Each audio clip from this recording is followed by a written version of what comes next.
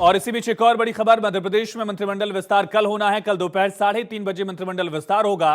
प्रद्युम्न सिंह तोमर और हैदर सिंह कसाना मंत्री बन सकते हैं। तोमर सिंधिया गुट के माने जाते हैं। नारायण सिंह और राकेश शुक्ला मंत्री बन सकते हैं।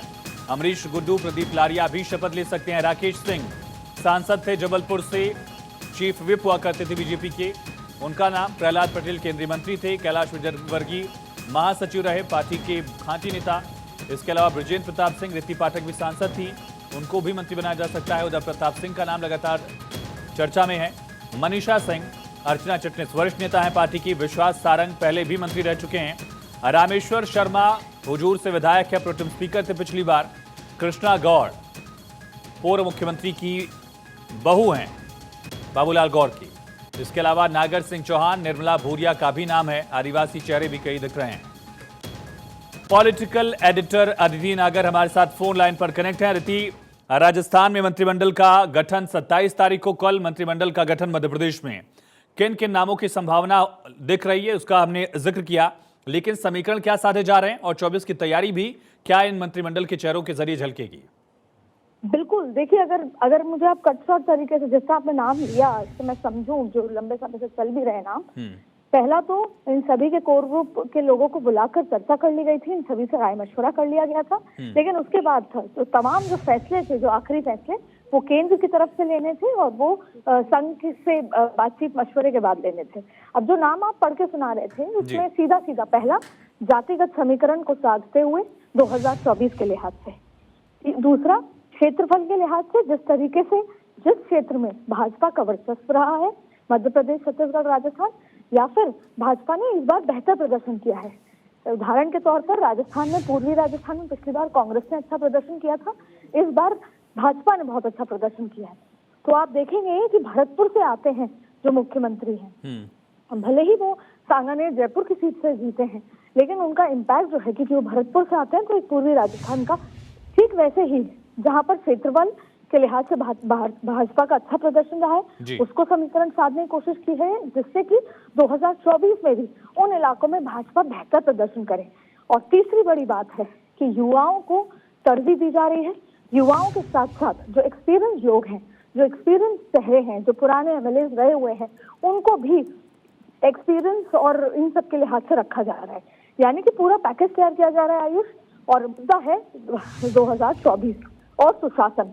6 महीने में जैसे सुशासन के रूप में काम होगा, ये एक एग्जाम्पल होगा कि लोग घरों से निकलकर 2024 में भाजपा को वोट देंगे।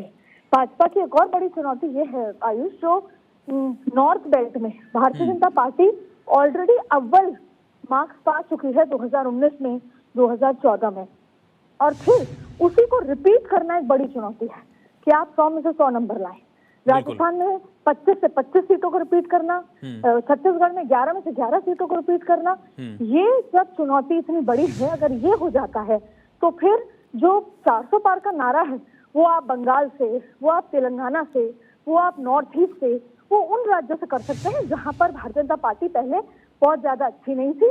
पिछले सालों में संगठन बेहतर हुआ है। तो सबसे बड़े जी कंप्लीट करिए आप। तो सबसे बड़ी चुनौती है कि नॉर्थ में भारतीय जनता पार्टी पूरे के पूरे मार्क्स, यानी पूरी की पूरी सीटें वापस जीत कर आए, कोई भी कमी ना रहे। 25 में से 24 ना हो और 11 में से 10 ना हो, पूरे की पूरे, और बाकी सीटें एड ऑन होंगी दूसरे राज्यों की, जो तैयारी पिछले लंबे समय से चल रही है। शिवराज सिंह चौहान की जगह मोहन यादव नया चेहरा है, लेकिन शिवराज सिंह चौहान के जो करीबी माने जाते थे उनके मंत्रिमंडल में, उन नामों का भी जिक्र हम मध्य प्रदेश में नहीं देख रहे हैं। क्या राजस्थान में भी यही फॉर्मूला, यही क्वेश्चन बैठाया गया है, नए चेहरों को मौका दिया जा रहा है? जैसा मैंने आपको कहा, युवाओं को आगे बढ़ाने की बात है। अब देखिए, मोहन यादव या फिर जिस तरीके से राजस्थान में अगर बात करें, भजन लाल शर्मा, यानी कि ओबीसी के साथ साथ ओबीसी का जो कार्ड था विपक्ष का, उसको तो धराशायी किया ही है हर राज्य में डिप्टी सीएम और सीएम बनाकर। और जब भी किसी राज्य में आप डिप्टी सीएम सीएम बनाते हो, उसका एक ही कारण है, या तो जाति समीकरण या फिर 2 पावरफुल नेताओं को एडजस्ट करना। तो वो करने की कोशिश की गई है, खेमों को एडजस्ट करना। दूसरी बड़ी बात है, मोहन यादव को बनाने से हरियाणा, जो यादव बेल्ट है पूरे देश की, उस पे सीधा सीधा मैसेज देना। दूसरी बात है ब्राह्मण को साधना। तीसरी बात है कि जो आपने कहा कि शिवराज खेमे के, तो कहीं ना कहीं अगर हम राजस्थान में इस तरह की चर्चा आई थी कि क्या जी। वसुंधरा खेमे के लोगों को मुख्यमंत्री बनाया जाएगा या नहीं बनाया जाएगा, तो ऐसे में प्रेमचंद बैरवा जो डिप्टी सीएम बने हैं, वो पहले व्यक्ति थे जो वसुंधरा राजे से आशीर्वाद लेने गए थे, लेकिन उनको डिप्टी सीएम बनाया गया। लेकिन ये बात सही है, जो शायद कहने में गलत नहीं होगा, कि पिक एंड चूज किया जा रहा है। भले ही जाति समीकरण और तमाम चीजें देखी जा रही ठीक है, है, लेकिन जो लॉयल्टी है वो जी। भी देखी जा रही है यहाँ पर, क्योंकि बिल्कुल। 2024 के चुनाव में यकीनन। बाल बाकी भी चूक नहीं होनी। तमाम जानकारी के लिए, इन समीकरणों को समझाने के लिए बहुत शुक्रिया अदिति आपका। तो कल दोपहर 3:30 बजे मंत्रिमंडल विस्तार। मोहन यादव का मध्य प्रदेश में शिवराज कैबिनेट के तमाम नाम इसमें गायब दिख रहे हैं। एक विश्वास सारंग का नाम शायद रिपीट हो रहा है, और कमोबेश राजस्थान में भी यही तय किया गया है समीकरणों को साधने के लिए, 24 के लिए, जातिगत समीकरणों को साधने के लिए।